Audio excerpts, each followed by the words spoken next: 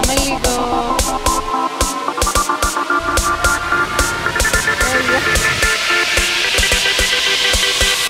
Ιωάννα. Queen.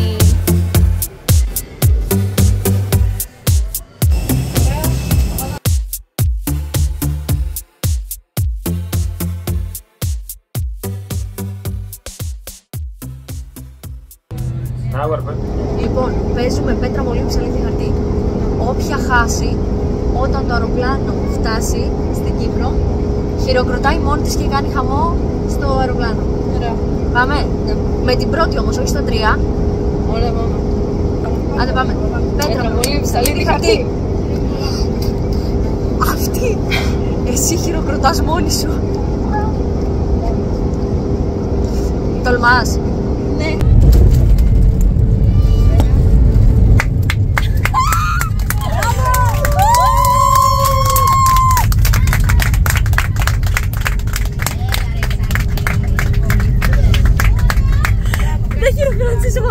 Και κάπως έτσι φτάσαμε στο αεροδρόμιο της Λάρνακας.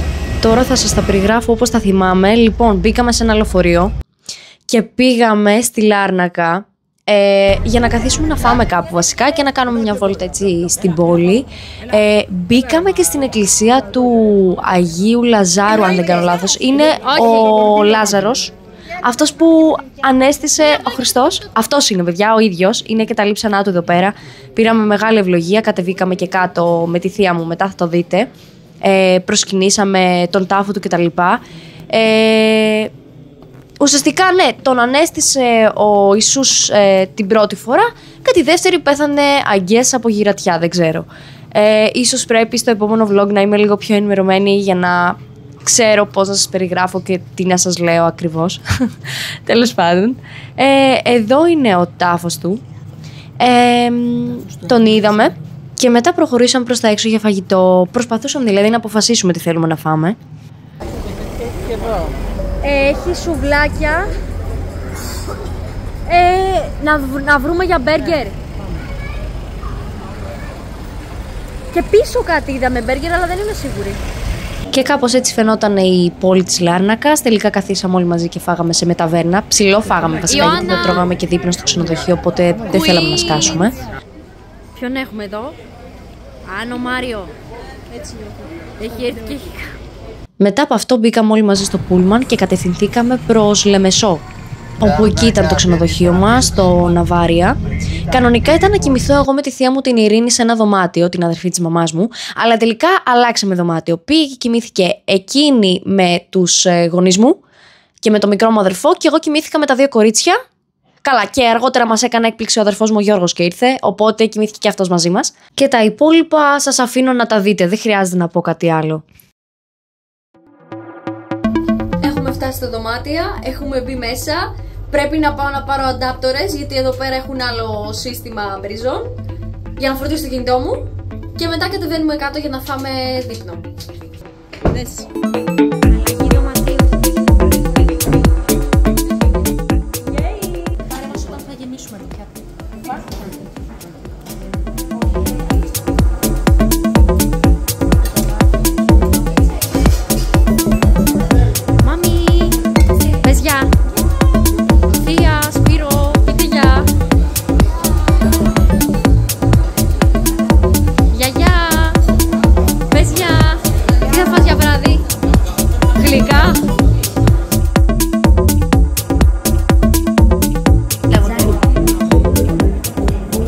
Γενικά δεν βάζουμε πολύ, δεν γεμίζουμε ποτέ τα πιάτα. Εδώ δεν γεμίζουμε τίποτα. Δεν μπορείτε να καταλάβετε πόσο ωραίο ήταν αυτό που έτρωγα. Ήτανε τηγανιτό κοτόπουλο με μπαχαρικά από Ινδία και ήτανε απίστευτο. Πολύ τραγανό. Βουλώστε το. Ακούγεστε πάρα πολύ. Αλλά κλειστή κουρτίνα. Πήγαμε μίνι μάρκετ να εφοδιαστούμε σνακάκια. Strawberry milk.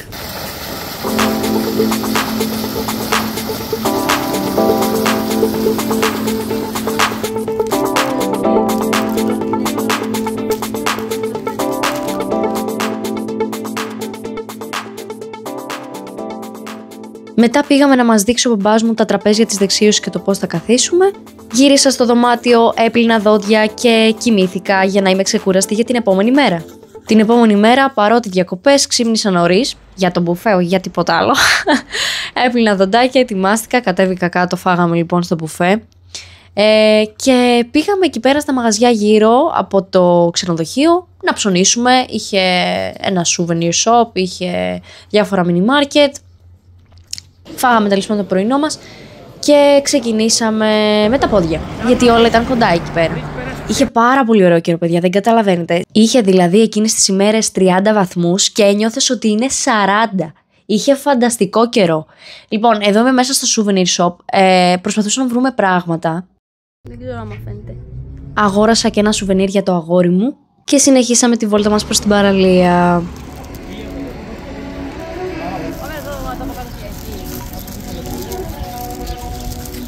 Πάμε από εδώ.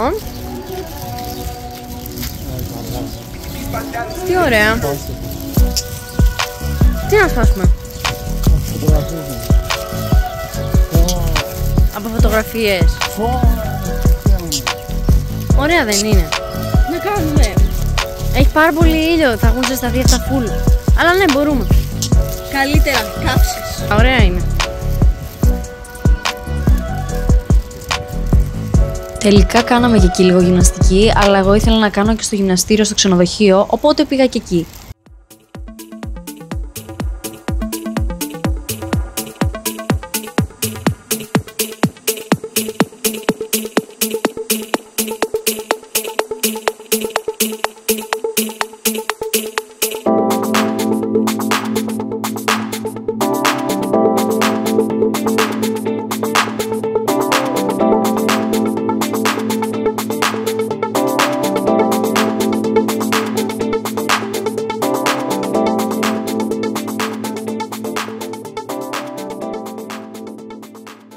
Μετά το γυμναστήριο έκανα ένα ντουζάκι, φόρεσα το μαγιό μου και πήγα για βουτιά στην πισίνα.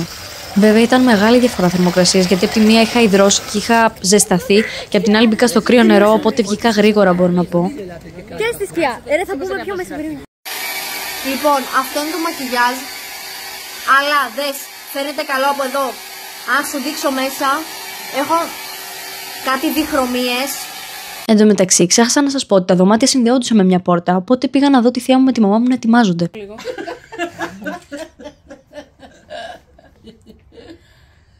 Κούκλες. Για να σε δούμε λίγα. Να είμαι κι εγώ έτοιμη με τις αδερφές μου. Ετοιμαστείτε γιατί έρχεται Balkan background noise.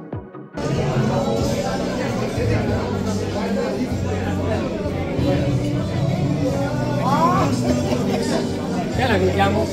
Πού είσαι? Καλώς όρισες. Το πιο awkward βίντεο της ζωής μου, ειλικρινά. Εδώ κάτι άλλο έστελαν στο Ζακ, μαλακίες, το fit, αλλά ναι. Και όλοι να λένε καμία σοφός. Ευχή. Μπράβο! Εντάξει, εδώ έγινε η βράβευση του μπαμπά μου. Μετά εμείς τα παιδιά χορέψαμε λίγο και αποφασίσαμε να πάμε πάνω στο δωμάτιο και να παίξουμε impostor. Impostor εντωμεταξύ θέλω να ανεβάσω και ένα βίντεο που να παίζουμε στο YouTube.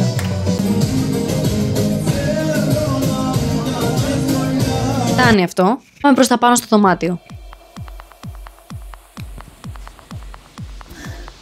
Να πάρε λιγάκι χεράκι. Είναι μια προπόνηση μετά από 4 μήνες. Πολύ σημαντικό, κορίτσια μου, να ξεβαφόμαστε κάθε βράδυ, παρότι εγώ δεν το κάνω σχεδόν ποτέ. Η μαμά μου είναι η καλή επιρροή. Μετά από αυτό έπεσα για νάνη. Θεία, γιαγιά. Έχουμε έρθει να παίξουμε ποδόσφαιρο. Έχω κοιμηθεί πάρα πολύ λίγες ώρες το βράδυ. Νιστάζω πάρα πολύ. Κοιμήθηκα μες στο λεωφορείο. Αυτή τη στιγμή λειτουργώ με theta waves, δηλαδή οριακά είμαι μεταξύ ήπιου και ξύπνιου. Και αυτό δεν ξέρω πώς θα αντέξω.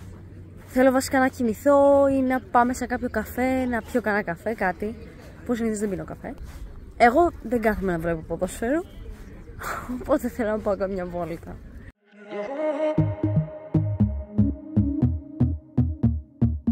Τελικά πήγαμε για καφεδάκι, εγώ, η θεία μου και η Άννα Μαρία. Για κάνε δοκιμή. Έτσι κι αυτή συμπεριφέρεται, κινείται. Δεν φαντάζεσαι πόσο ωραίος είναι. Δεν είναι πολύ νόστιμος. Είναι από τους αγαπημένους μου χυμούς εμένα και του Ζακ. Ο Ζακ μου τον έμαθε, είναι πολύ ωραίος. Στο λέω. Κάποιος σκέφτεται και την αγαπάει τη θεία. Καλά, δείτε πόσο vintage. Οι παππούδες εκεί πέρα έπαιζαν τέτοιο. Δεν ξέρω τι είναι αυτό, αλλά δεν φαίνεται πολύ vintage. Κάπου εκεί τελειώνει και ο αγώνας, οπότε μετά μπήκαμε στο πούλμαν και συνεχίσαμε τη βόλτα μας. Τι έχει γίνει, τι έχει συμβεί? Δεν ξέρω. Έφαγα μια παλιά στη μούρη. Εσείς βλέπετε τι έχει γίνει. Εγώ νιώθω Παλιά μια ή χαρά. παπούτσι? Όχι, δεν παλιά. Η βόλτα μας ήταν στην Πάφο, αν δεν κάνω λάθος, όπου εκεί πραγματοποιήθηκε ένας αγώνας 5 χιλιόμετρων, όχι απλά σαν μια αθλητική εκδήλωση, αλλά σαν μια μεγάλη αγκαλιά αγάπης, μνήμης και ενημέρωσης. Ο αγώνας αυτός οργανώθηκε στη μνήμη ενός μικρού κοριτσιού, της Τζοάννα Σοφία, που έφυγε ξαφνικά από τη ζωή σε ηλικία 9 ετών εξαιτίας της SUDEP, του ξαφνικού προσδόκητου θανάτου σε άτομα με επιληψία. Ένα γεγονός σπάνιο, σιωπηλό και συχνά άγνωστο στον περισσότερο κόσμο. Οι γονείς της, αντί να κλειστούν στον πόνο τους, αποφάσισαν να μετατρέψουν αυτή την τραγωδία σε δύναμη. Δημιούργησαν το Joanna Sophia Foundation και ταξιδεύουν πλέον σε ολόκληρο τον κόσμο, διοργανώνοντας τέτοιους αγώνες και δράσεις για να αυξήσουν την ενημέρωση γύρω από την επιληψία και τη SUDEP. Θέλουν να μάθουν οι άνθρωποι τι είναι αυτή η ασθένεια, πώς μπορεί να επηρεάσει ένα παιδί και το πιο σημαντικό, πώς η γνώση μπορεί να σώσει ζωές. Η επιληψία είναι μια νευρολογική κατάσταση όπου ο εγκέφαλος δημιουργεί ξαφνικά έντονη ηλεκτρική δραστηριότητα, κάτι που προκαλεί κρίσεις. Στις περισσότερες περιπτώσεις, με τη σωστή θεραπεία και τη φροντίδα, τα άτομα με επιληψία ζουν κανονικά. Όμως υπάρχει και ο σπάνιος κίνδυνος της SUDEP, όπου ένας άνθρωπος μπορεί να χάσει τη ζωή του ξαφνικά χωρίς άλλη εμφανή αιτία. Αυτός ο κίνδυνος μειώνεται δραστικά με σωστή παρακολούθηση, φάρμακα και ενημέρωση. Γι' αυτό και οι γονείς αυτού του κοριτσιού παλεύουν για να μιλήσουν για όσα οι περισσότεροι δεν γνωρίζουν. Έτσι, ο αγώνας 5 χιλιόμετρων που βλέπετε δεν είναι απλώς ένα event, είναι μια προσπάθεια να ακουστεί μια ιστορία, να τιμηθεί μια μικρή ψυχή και να σωθούν άλλα παιδιά μέσα από την ενημέρωση. Είναι ένα μήνυμα ότι η γνώση, η αγάπη και η ενότητα μπορούν να φέρουν πραγματική αλλαγή. Πάλι στα δικά μας τώρα, εδώ έκραζα την Άννα επειδή κρατούσε έτσι το τηλέφωνο. Μετά από εκεί επισκεφτήκαμε το μοναστήρι του Αγίου Νεοφύτου. Αυτός ο Άγιος δεν ήταν ένας απλός μοναχός, ήταν ασκητής, συγγραφέας, άνθρωπος που αφιέρωσε όλη του τη ζωή στη σκέψη, στην προσευχή και στην απομόνωση. Ο Νεόφυτος γεννήθηκε το 1134 σε ένα μικρό χωριό της Κύπρου και νεαρός αποφάσισε να αποσυρθεί από τον κόσμο για να αναζητήσει τον Θεό. Κοντά στην Πάφο, στο χωριό Ταλά, έσκαψε μια σπηλιά, την Εγκλίστρα, στην οποία έζησε ως ερημίτης. Εκεί μέσα στη σπηλιά δημιούργησε τον δικό του χώρο λατρείας, ένα μικρό εκκλησάκι, το κελί του και ακόμη τον τάφο του. Παιδιά, ο άνθρωπος έσκαψε τον ίδιο του τον τάφο. Ακραίο. Η Εγκλίστρα είναι στολισμένη με παλιές βυζαντινές τοιχογραφίες που χρονολογούνται από τον 12ο αιώνα. Όταν μπαίνεις μέσα, νιώθεις σαν να κάνεις ένα ταξίδι στο παρελθόν. Σήμερα το μοναστήρι λειτουργεί και ως μουσείο και εκεί φυλάσσονται χειρόγραφα, παλιά ιερά αντικείμενα, βιβλία, ενδύματα των μοναχών. Ο τόπος αυτός δεν είναι μόνο θρησκευτικός, είναι και ένα ζωντανό κομμάτι ιστορίας και τέχνης. Ο Άγιος Νεόφυτος πέρασε ολόκληρη τη ζωή του σε απομόνωση, αλλά η φήμη του εξαπλώθηκε και πολλοί, μετά από το θάνατό του το 1219, ήρθαν για να συνεχίσουν τη ζωή της πολιτείας της προσευχής που εκείνος άρχισε. Το μοναστήρι τιμάται 2 φορές το χρόνο στη μνήμη του και κάθε επισκέπτης μπορεί να μπει στην Εγκλίστρα και να νιώσει, έστω και για λίγο, την πνευματικότητα και τη γαλήνη που εκείνος βίωνε. Αν κάποτε βρεθείς στην Πάφο, πραγματικά σε προτρέπω να επισκεφτείς αυτό το μοναστήρι. Δεν είναι μόνο τοποθεσία για προσευχή, είναι μέρος όπου η ιστορία, η θρησκεία και η τέχνη ενώνονται με έναν πολύ ανθρώπινο τρόπο. Τώρα θα μοιραστώ κάτι πολύ προσωπικό μαζί σας. Λοιπόν, απλά παρατηρήστε αυτό το βίντεο, παρατηρήστε τι γίνεται τώρα. Λοιπόν, σε περίπτωση που το χάσατε, έπεσα πάνω στον αστράγαλό μου με όλο μου το βάρος. Αλλά, ας πάρουμε τα πράγματα λίγο πιο πίσω. Εγώ πηγαίνοντας σε αυτό το μοναστήρι, κορόιδευα τον Άγιο και έλεγα Άγιος Νεόφυτος, τι όνομα είναι αυτό, σιγά που είναι Άγιος, το ένα το άλλο και κορόιδευα. Και παιδιά, δεν ξέρω, πραγματικά ένιωσα ότι έγινε ένα θαύμα. Εκείνη τη στιγμή που έπεσα από τις σκάλες, έβαλα όλο μου το βάρος στον αστράγαλό μου. Θα τον είχα σπάσει, θα είχα πάει νοσοκομείο. Δεν ξέρω, σαν το κόκαλό μου να μαλάκωσε εκείνη τη στιγμή. Δεν ξέρω, να γύρισε το πόδι μου κάπως αλλιώς και δεν το σπάσα. Ήμουν πάρα πολύ τυχερή και εγώ εκείνη τη στιγμή ένιωσα ότι ο Άγιος με βοήθησε να μην σπάσω το πόδι μου. Εγώ το θεωρώ θαύμα. Εσείς μπορείτε, αν θέλετε, να μην το πιστέψετε. Πάντως, από τη στιγμή εκείνη λέω, Άγιε μου, λέω, συγγνώμη που σε κορόιδεψα, λέω, μου έσωσες το πόδι μου, μου έσωσες τις διακοπές μου, να μην πάω στο νοσοκομείο. Αυτά. Τώρα έχω μπει μες στο μουσείο, βλέπετε τι παρακολουθώ εδώ πέρα. Εν τω μεταξύ το πούλμα μας περίμενε, είχαμε χρόνο, έπρεπε να τα δούμε όλα σχετικά γρήγορα. Αλλά εγώ είχα ξεκινήσει και πήγαινα με το πάσο μου, με βλέπετε πως είμαι εδώ. Δεν είχα προλάβει λοιπόν να δω την εγκλήστρα και τελευταία στιγμή, έτσι όπως γυρίζω στο πούλμαν να φύγω, μου λέει η αδερφή μου, μου λέει Άννα, την είδες τη σπηλιά? Λέω ποια σπηλιά? Μου λέει η σπηλιά που έχει μέσα στον τάφο. Λέω όχι, δεν έχω δει τίποτα. Και έτσι όπως έχουν μπει όλοι μες στο πούλμαν, λέω παιδιά, περιμένετε. Γυρίζω πίσω με την κάμερα, με το κινητό, τρέχοντας παιδιά εγώ, τρέχοντας. Να πάω να δω τη σπηλιά και το... εκεί πέρα το εκκλησάκι, δεν ξέρω τι είχε ακριβώς, στον τάφο. Και να σας δείξω και σε εσάς, εδώ είναι τώρα, κάπου τώρα μπαίνω. Ναι, αυτό είναι, δηλαδή δείτε πόσο όμορφα είναι. Είναι ένα μικρό κομμάτι ιστορίας, μόνο εγώ χαίρομαι. Το βράδυ βγήκαμε έξω για φαγητό. Δεν θυμάμαι πού. Βγήκαμε έξω να δοκιμάσουμε σεφταλιά. Τι είναι σεφταλιά? Η σεφταλιά είναι μια παραδοσιακή συνταγή της Κύπρου εκεί πέρα, η οποία είναι ουσιαστικά μπιφτέκι, κιμάς. Τώρα δεν ξέρω μέσα αν έχει πιπεριά, τι έχει. Νομίζω δεν έχει. Είναι απλά κιμάς. Και απ' έξω έχει μπόλια. Αυτό το λιπάκι τέλος πάντων. Φάγαμε, μ' άρεσε. Γυρίσαμε με τον αδερφό μου και με την αδερφή μου τη μικρή. Κάναμε λίγο γυμναστική. Μετά που πήγαμε μπουφέ. Λοιπόν, τι έφαγα στο μπουφέ, για να δω. Έφαγα και φτεδάκια. Μετά τώρα θα κάνω, χωρίς να έχω δει το βίντεο, έτσι. Νομίζω πήρα και το δίπλα που είναι κοτόπουλο αλλά κρέμ με σπανάκι. Τι άλλο βλέπω εκεί που πήρα? Αχ, δεν τα βλέπω από εδώ για να θυμηθώ τι πήρα. Λίγο βάζουμε γενικά, λίγο. Στο τέλος του μεταξύ δεν τα έφαγα. Α, θυμήθηκα παιδιά, σολομό πήρα. Σολομός είναι, σολομός. Και δεν τον έφαγα στο τέλος, δεν ξέρω γιατί. Με μαϊντανό. Θυμάμαι κιόλας αν πήρα και λαχανικά. Εν τω μεταξύ, είχα ανοίξει live μετά. Κάποιοι το θυμάστε. Έφαγα και στο live, παιδιά, βραδινό, γιατί το βραδινό τους αλλάζουν τα πιάτα. Αυτό το πιάτο που βλέπετε, έφαγα μόνο το κεφτεδάκι και λίγο κοτόπουλο και το υπόλοιπο το άφησα. Γιατί δεν μου άρεσαν αυτά τα φαγητά. Μετά λοιπόν άνοιξα live και μετά ξαναέφαγα από το μπουφέ που έχει πιο ωραία πράγματα. Εδώ η Άννα μπήκε για μπάνιο στην πισίνα. Και σε λίγο θα δείτε την Άννα να ορίεται. Θα αυτοκτονήσω. Τελευταία μέρα λοιπόν, πριν γυρίσουμε πίσω Αθήνα, ξανά έκανα μια βόλτα έτσι στο ξενοδοχείο να το χαρώ. Λοιπόν, να σας πω από τώρα τι έγινε. Την ημέρα που ήταν να φύγουμε, λοιπόν, πρώτα απ' όλα ταξιδέψαμε με group. Ήμασταν συνολικά 41 άτομα και ο μπαμπάς μου είχε βγάλει τα εισιτήρια όλων, είχε κάνει τα check-in, τα πάντα όλα. Λοιπόν, πήγε να κάνει τα check-in για να γυρίσουμε πίσω Αθήνα. Η εφαρμογή έκανε όλα τα check-in εκτός από της οικογένειάς μας. Οπότε το αεροπλάνο έφυγε χωρίς εμάς. Εγώ έκλεισα εισιτήριο ευτυχώς για μένα και για τις αδερφές μου να φύγουμε εκείνη την ημέρα με άλλη εταιρεία. Και θα πω ποια είναι. Είναι η γαμημένη Aegean που την λατρεύω. Σώζει κάθε φορά που κάνουν λάθη άλλες εταιρείες και μαλακίες. Πραγματικά sponsor me ρε. Λοιπόν, μας έσωσε την φάση όλη. Και μπορέσαμε να γυρίσουμε πίσω Αθήνα. Και οικονομικά, έτσι. Αφού λοιπόν περάσαμε με τις αδερφές μου το security check και είχαμε χρόνο, κάναμε εκεί πέρα τη βόλτα μας γύρω-γύρω στο αεροδρόμιο. Πεινούσαμε κιόλας, πήγαμε, αν δεν κάνω λάθος, να δοκιμάσουν οι αδερφές μου γιατί δεν είχαν ξαναφάει. Burger King. Φάγαμε, ήταν πάρα πολύ νόστιμα, πολύ ωραία. Και μετά τι άλλο κάναμε?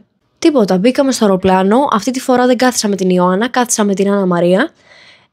Και κάναμε, θυμάστε το challenge που κάναμε όταν πηγαίναμε Κύπρο με την Ιωάννα? Αυτή τη φορά το έκανα με την Άννα. Έχασα. Και θα δείτε τι έγινε. Δείτε τι ωραίο, τι είναι αυτό. Δεν λειτουργούσε εκείνη τη στιγμή, αλλά δεν φαίνεται πολύ περίεργο. Πολύ έτσι, τεχνολόγια.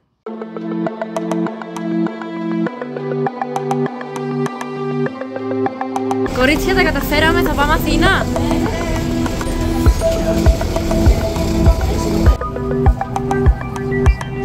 Εν τω μεταξύ, τώρα είναι η φάση που κοιτάς όλους τους συνεπιβάτες σου και βλέπεις αν τα πρόσωπά τους έχουν φάτσες που μοιάζουν με τύπους που θα έκαναν αεροπειρατεία ή φάτσες που θα ήταν άνθρωποι θύματα σε αεροπορικό.